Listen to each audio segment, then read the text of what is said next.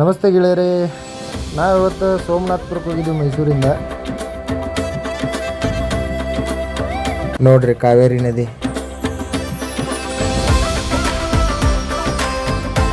ಈಗ ನಾವು ನೋಡಕ್ಕೆ ಹೋಗ್ತಿರುವಂಥ ಸೋಮನಾಥಪುರ ದೇವಾಲಯವನ್ನು 2023ರಲ್ಲಿ ಯುನೆಸ್ಕೋದ ವರ್ಲ್ಡ್ ಹೆರಿಟೇಜ್ ಸೈಟ್ಸ್ ಪಟ್ಟಿಯೊಳಗೆ ಸೇರಿಸಲಾಗಿತ್ತು.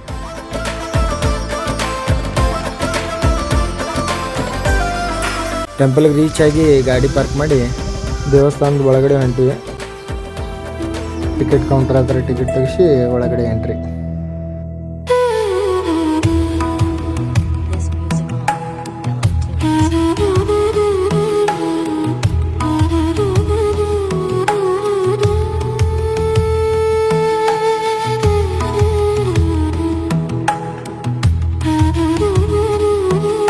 ಈ ಟೆಂಪಲ್ ಮ್ಯಾಲಿನ ಸೀಲಿಂಗ್ ಮಾತ್ರ ಒಂದಕ್ಕಿಂತ ಒಂದು ಬೆಂಕಿ ಕಿತ್ಯಾರ ಮರ.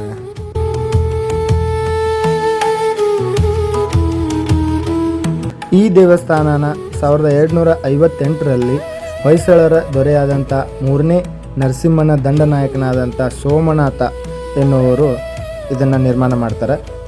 ಈ ದೇವಸ್ಥಾನದ ಹೊರಗಿನ ಗೋಡೆಗಳ ಮೇಲೆ ಆನೆ, ಕುದುರೆ ಮತ್ತು ರಾಮಾಯಣ, ಮಹಾಭಾರತ ಮತ್ತು ಭಾಗವತ ಪುರಾಣದ ಕಥೆಗಳನ್ನು ಅತ್ಯಂತ ಸೂಕ್ಷ್ಮವಾಗಿ ಕೆತ್ತನೆ ಮಾಡ್ಯಾರ. ಅಷ್ಟರಾಗ ನಮ್ಮ ಜೊತೆ ವಿನಯ್ ಮತ್ತು ಅರುಣಿ ಜಾಯ್ನ್ ಆದರು. ಈ ದೇವಾಲಯ ಹೊಯ್ಸಳ ಶೈಲಿಯಲ್ಲಿ ನಿರ್ಮಾಣ ಆಗಿತ್ತೆ. ಹಂಗ ಇದೊಂದು ತ್ರಿಕೂಟ ದೇವಾಲಯ. ಅಂದರೆ ಇಲ್ಲಿ ಪ್ರಮುಖವಾಗಿ 3 ಗರ್ಭಗೃಹಗಳದಾವು. ಇಲ್ಲಿ ಕೇಶವ, ಜನಾರ್ದನ, ವೇಣುಗೋಪಾಲ ಸ್ವಾಮಿ ವಿಗ್ರಹಗಳಿದ್ದವು. ಟೆಂಪಲ್ ಎಲ್ಲ ಪೂರ್ತಿ ನೋಡಿದ್ವು. ಫೋನ್ ಚಾರ್ಜ್ ಇರೋದು ಇವು ನಮ್ಮ ಅರುಣಿ ಪುಣ್ಯದ ಅಂತೇಳಿ. ಇವನೊಂದು ಏನು ವಿಶೇಷತೆ ಅಂದ್ರೆ, ಇದು ಆ್ಯಕ್ಚುಲಿ ಅವ ಏನು ಹಾಕೊಂಡಲ್ಲ, ಅವ ಡ್ರೆಸ್ ಅವ್ನ ಕಾಲೇಜ್ ಡ್ರೆಸ್ ಅಂತ. ಆ ಕಾಲೇಜ್ ಡ್ರೆಸ್ ಅವ್ನಿಗೆ ಭಾಳ ಇಷ್ಟ ಆದ್ರಿಂದ ಕಾಲೇಜ್ಗೆ ಹೋಗಿ ಅಡ್ಮಿಷನ್ ಮಾಡಿ ಬಂದಂತ.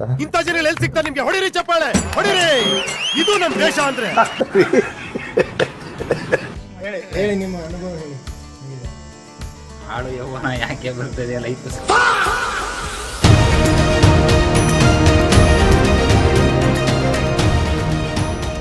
ಟೆಂಪಲ್ ನೋಡ್ಕೊಂಡು ವಾಪಸ್ ಬಂದೆವು. ಇಲ್ಲೊಂದು ಬ್ಯೂಟಿಫುಲ್ ಹೂ ಕೂತಿತ್ತು ಗಾಡಿ ಮ್ಯಾಗ. ದೇವಸ್ಥಾನ ಒಂದು ಮುಗಿಸ್ಕೊಂಡೆ ಈಗ ಇಲ್ಲಿ ಕಾವೇರಿ ನದಿ ಪಕ್ಕ ಬಂದಿದ್ವಿ. ಮಸ್ತ್ ಐತಿ,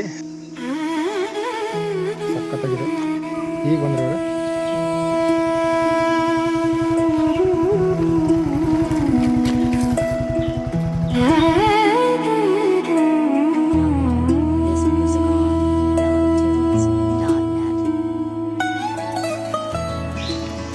ನಮ್ಮ ಡಾರ್ಲಿಂಗು.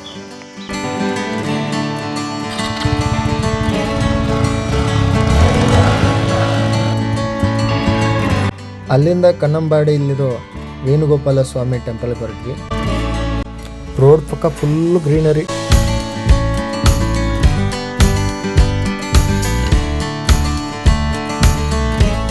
ಅವಾಗವಾಗ ಹಿಂಗೆ ತಂಪಾದ ಗಿಡದ ನೆರಳು ಬರ್ತಿತ್ತು.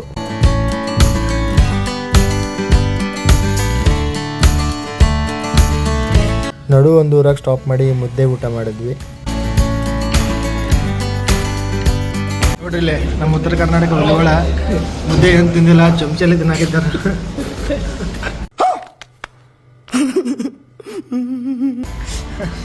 ತಿನ್ಬೇಡ್ರಿ ನುಂಗ್ರೆ. ಮುಗಿಸ್ಕೊಂಡು ಟೆಂಪಲ್ ಹತ್ರ ಬಂದ್ವಿ. ಫುಲ್ ಬಿಸಿಲಿತ್ತು. ಅಲ್ಲಿ ಸ್ಪೀಕರ್ದಾಗ ಒಂದು ಸೌಂಡ್ ಕೇಳಿಸ್ತು.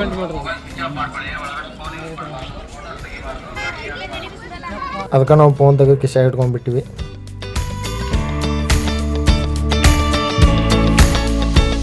ಆ ಟೆಂಪಲ್ ನೋಡ್ಕೊಂಡು KRS ಹತ್ರ ಇರೋ ಬೃಂದಾವನ್ ಗಾರ್ಡನ್ಗೆ ಬಂದ್ವಿ.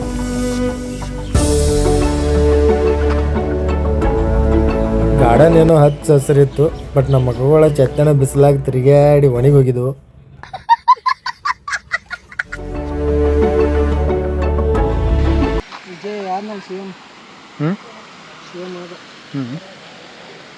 ನೋಡಿ ಪ್ರವಾಸ ಮಾಡೈತಿ, ಮಂದಿಗೆ ಪಾಲಿಟಿಕ್ಸ್ ಚಿಂತೆ.